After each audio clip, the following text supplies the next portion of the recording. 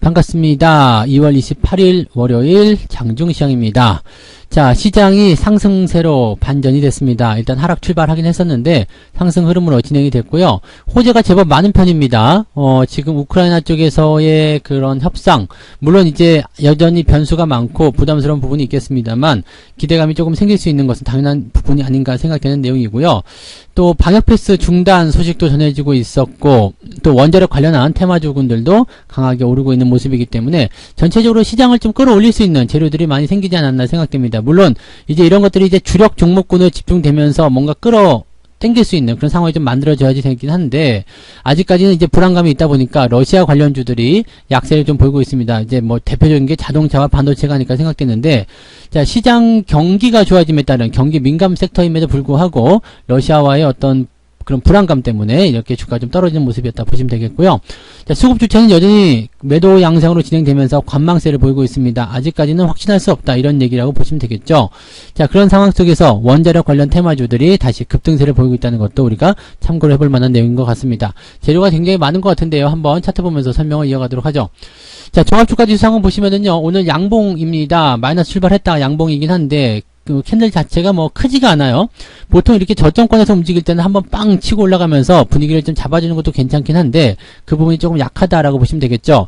뭐 수급이 도와주지 않았기 때문일 것이다 생각할 수도 있겠습니다만, 아직까지는 시장에 대한 어떤 그런 전체적인 평가라든지 기대감들이 조금 부족하지 않았나라고 생각되는 부분입니다. 하지만 이런 것들이 조금 해소가 될 수 있다라면 주가가 상승하는데 전혀 뭐 꺼리낌은 없을 것 같고요. 중요한 것은 이제 러시아와 우크라이나 간의 어떤 긴장 상태가 어떻게 해소가 되느냐죠. 지금 일단 협상이 진행되고 있는 상황이긴 한데 또 뭐 속보가 나오면은 어떻게 또 알 수 있겠습니다만, 아직까지는 이 협상 결과에 대해서 회의적이다, 뭐 아직 우크라이나는 러시아를 믿지 못한다, 뭐 그런 얘기들도 좀 있는 거고, 또 뭐 핵에 대한 이야기도 나오고 있기도 하고, 전 그 글로벌 국가들의 러시아에 대한 제재가 또 가속화되고 있는 모습이도 하기 때문에 거기에 대한 부담감이 좀 있는 거겠죠. 자, 어쨌건 그런 부분이 해소가 되지 않은 상태에서 다른 호재가 나와봤자 주가를 끌어올리기 좀 어려운 부분이고, 또 한 가지 주가가 잘 못 올라가는 이유 중에 하나는 러시아와 관련된 부분에서의 시총 상위권, 즉 반도체와 자동차 쪽이 조금 약세를 보이고 있을 수밖에 없다는 거. 러시아 쪽에 이제 수출을 하는 그런 비중 쪽에서 본다면 자동차, 반도체가 굉장히 많은 편입니다. 근데 그 부분에서 제재를 받는 상황들이 벌어지고 있기 때문에 이게 약간은 부담이 좀 되는 거고요. 또 한 가지는 금융 제재를 통해서 이제 러시아에 수출을 하더라도 대금을 받을 수가 없는 거고, 또 돈을 빌려준 거 받을 수가 없는 상태가 되는 거고, 뭐 이런 식이 되는 거죠. 그래서 러시아 쪽도 수출할 게 없는 상황이 되고, 또 뭐 수출을 한다고 하더라도 돈을 돌려받을 수 없는 그런 상태가 되기 때문에 여러 가지 부분에서 좀 뭐라 그럴까, 압박이 들어가는 그런 형태의 모습이다라고만 생각하시면 되지 않을까 보여집니다. 뭐 그렇다고 해서 시장이 나쁜 건 아니죠. 일단은 해소에 대한 어떤 기대감이라든지 이런 것들이 계속 나타나고 있기 때문에 시장은 조금 더 지켜봐야 되겠다. 하지만 바닥을 잡았다라고 서두를 칠 필요는 없겠습니다. 코스닥 같은 경우도 비슷한 상황입니다. 코스닥은 근데 조금 더 낫습니다. 왜냐하면 테마주들이 형성됐기 때문에 테마가 끌고 올라가는 그런 모습으로 진행을 시켜본다라면 긍정적인 모습들이 좀 있을 거라 보여지죠. 자, 수급 동향 보도록 합니다. 외국인들이 1,400억 순매도, 금융투자가 1,500억 순매도입니다. 매도 규모는 비슷하고 뭐 그렇게까지 뭐 공격적이다, 많다 보기는 좀 어렵겠습니다만, 이게 매수로 들어오지 않으면 그냥 이 상태 그대로거든요. 즉 외국인들이 매수를 통해서 대형주들에 대한 압박을 조금 풀어주고 좀 주가를 밀어 올려주는 형태가 나타나줘야지만이 주가가 상승할 수 있는 배경이 만들어지게 됩니다. 요 부분들을 우리가 좀 참고를 해봐야 될 것 같은데, 수급이 계속 이렇게 지지부진하거나 오히려 매도를 더 확장시키게 된다면 오후에 다시 출렁거릴 수 있는 상황이 벌어진다 보시면 되겠죠. 테마주가 받쳐주는 건 한계가 있어요. 대형주들이 올라가지 못한다면 지수는 빠질 수밖에 없거든요. 그러니까 그런 내용들 좀 보셔야 되겠고요. 자, 지금 수급 상황이 여기서 좋아진다거나 그냥 이 정도만 유지한다고 하더라도 현재 시점에서는 주가가 뭐 플러스권으로 마무리가 될 가능성은 굉장히 높겠습니다.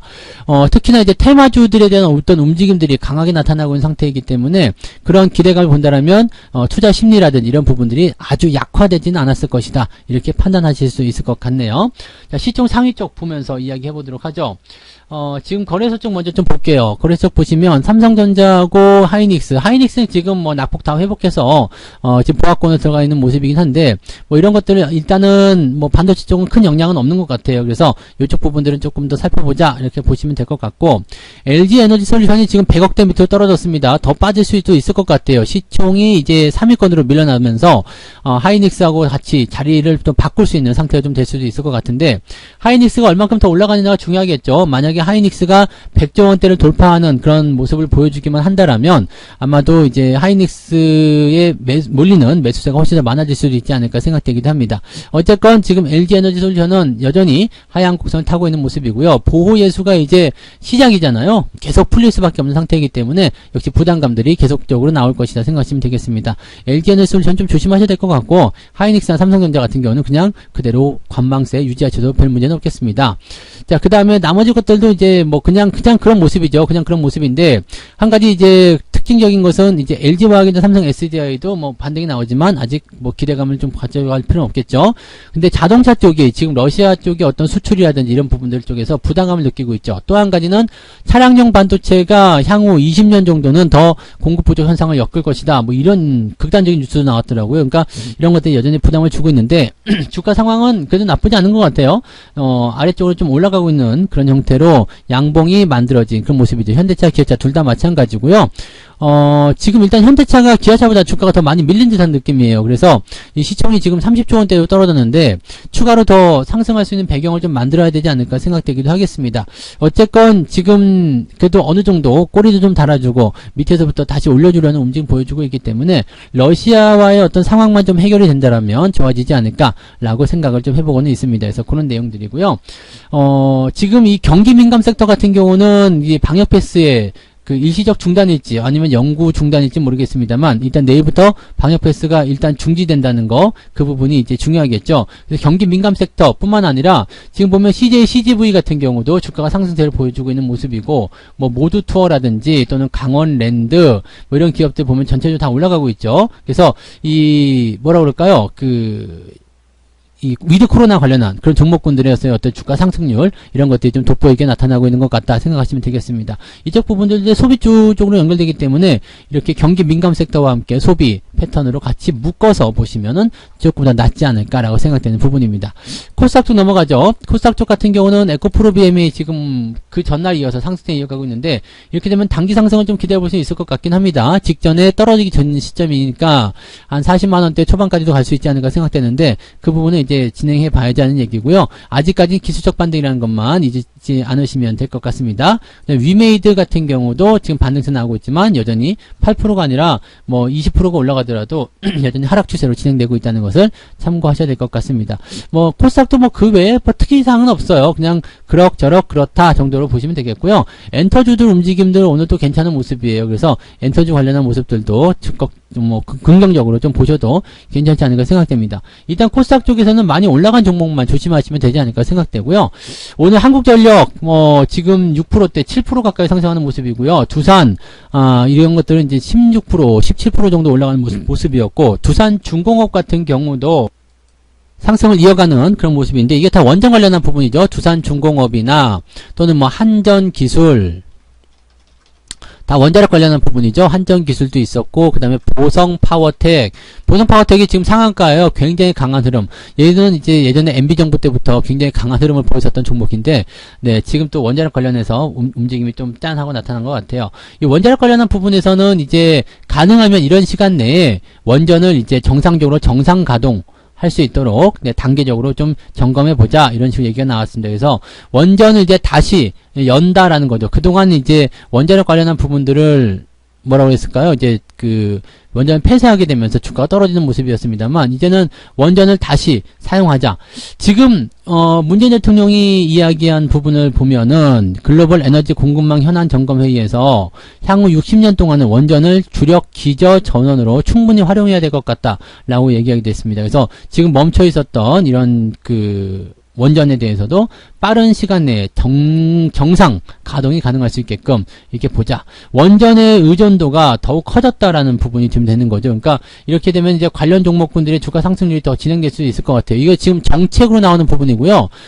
지금 원전에 대한 어떤 다시 재개방 정책이 나오게 된다면 약간 애매하죠. 지금까지는 계속 탈원전을 얘기하고 있었는데 다시 원전을 개방한다. 이렇게 되니까 상황이 좀 웃기게 된 포인트가 좀 됐어요. 뭐 주가가 올라가는 거는 올라간다 치더라도 정책을 이렇게 순식간에 바꿔버리게 되면 혼란이 오게 되죠. 거기다가 지금 대선을 앞둔 시점이기 때문에 이 대선 앞둔 시점에서 이렇게 기존 정부가 유지하고 있었던 이런 원전 정책들을 뒤집어 엎는다. 이게 쉬운 결정은 아니거든요. 근데 지금 조금 이게 뭔 소린가 싶을 정도의 그런 모습인 것 같아요.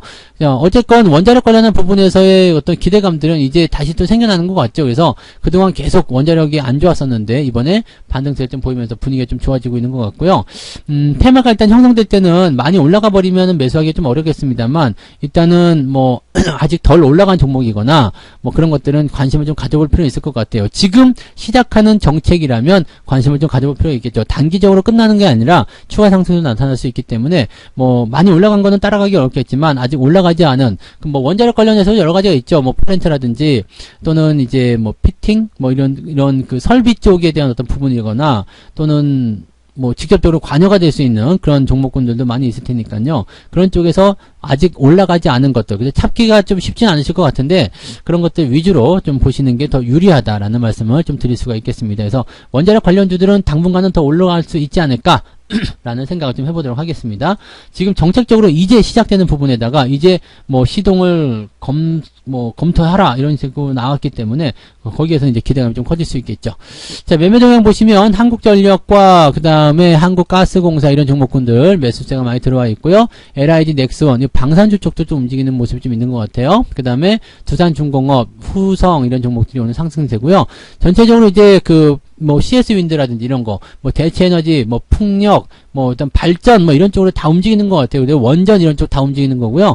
그쪽이 오늘은 다 이제 기관들의 매수를 통해서 주가 상승을 잡고 있다 보시면 되겠습니다. 매도는 지금 삼성전자, 그다음 풍원정밀이 지금 신규 상장하고 나서 물량 터지는데 이렇게 꼬리를 길게 달고 내려가게 되면 매도를 치고 들어가시는 게 유리하다는 겁니다. 그래서 이 부분도 같이 참고하시고요. 신규 종목들은요 대체적으로 물량 터지는 날이 매도하는 시점이다. 딱 그것만 생각하시면 되겠죠. 그다음에 SK 하이닉스 매도가 있는데 뭐 물량은 많지가 않기 때문에 크게 뭐 지켜볼 만한 내용은 아니고요. 외국인 넘어가 볼게요. 외국인들은 SDI 뭐 크게 다르지 않네요. 근데 기아차 매수가 좀 있는 게 좀 특이한 부분이고요. 삼성전자, LG에너지솔루션, 현대차, NC소프트, 그리고 카카오, 코롱인더 이런 종목들 매도가 좀 진행됐고요. 일통제약 같은 경우는 지금 상승세를 이어가고 있기 때문에 외국인들 매도는 뭐 차익 실현에 대한 부분을 볼 수 있겠지만 뭐 당장 매도할 만한 이유는 좀 아닌 것 같아요. 그 다음에 뭐 전체적으로 좀 매도가 좀 진행되고 있는 것만 좀 참고하시면 될 것 같은데 글쎄요라는 생각을 좀 자꾸 하게 되네요. 지금 외국인들의 매수가 적극적으로 들어오는 그런 모습은 아니기 때문에 그래서 지수가 더 많이 오를까요? 라는 부분에 대해서는 약간 글쎄요입니다. 그러니까 이게 올라가려면 일단 대형주 쪽으로 매수가 많이 들어가줘야 되고 지금처럼 이렇게 삼성전자나 또는 뭐 하이닉스나 이런 것들 매도가 들어가시면 안 되겠죠. 그러니까 지금 시점에서는 일단 매도 물량이 많지 않기 때문에 좀 지켜보자라는 느낌이지만 이게 계속적으로 이제 가랑비에 옷 젖는 상황이 되면 안 되겠죠. 조금씩이라도 개선이 되는 그런 모습이 좀 나타나 줘야지 그나마 조금 나아지지 않겠느냐라고 생각을 해볼 수가 있겠습니다. 지수는 일단 반등세를 보이고 있기 때문에 긍정적이지만 아직 저점을 벗어나지 못했다라는 거, 그래서 신중한 투자가 아직까지는 필요할 것이다 라고 봐주시는 게 좋습니다. 서두르지 마시고요. 오후 늦지막히 대응하셔도 됩니다. 내일은 휴일이기 때문에 쉽지 않아요. 그러니까 휴일 전에는 또 매매가 약하게 들어가는 부분이 좀 있고 오늘까지 연달아서 쉬시는 분들도 많기 때문에요. 지금 시점만 딱 노리고 보면은 공격적인 매수보다는 관망세를 통해서 천천히 따라가시는 것이 유리하다라는 말씀을 드릴 수가 있는 거겠죠. 네. 자, 그래서 오늘 장중 시황은 이 정도 이야기 해드리고요. 마감까지 보고 마감 시황을 다시 한번 언급해 드리도록 하겠습니다. 이따가 마감 때 다시 뵙겠습니다. 고맙습니다. 본 방송에서 제공되는 모든 정보는 투자 판단의 참고 자료이며 투자의 최종 책임은 본 방송을 이용하는 본인에게 있습니다.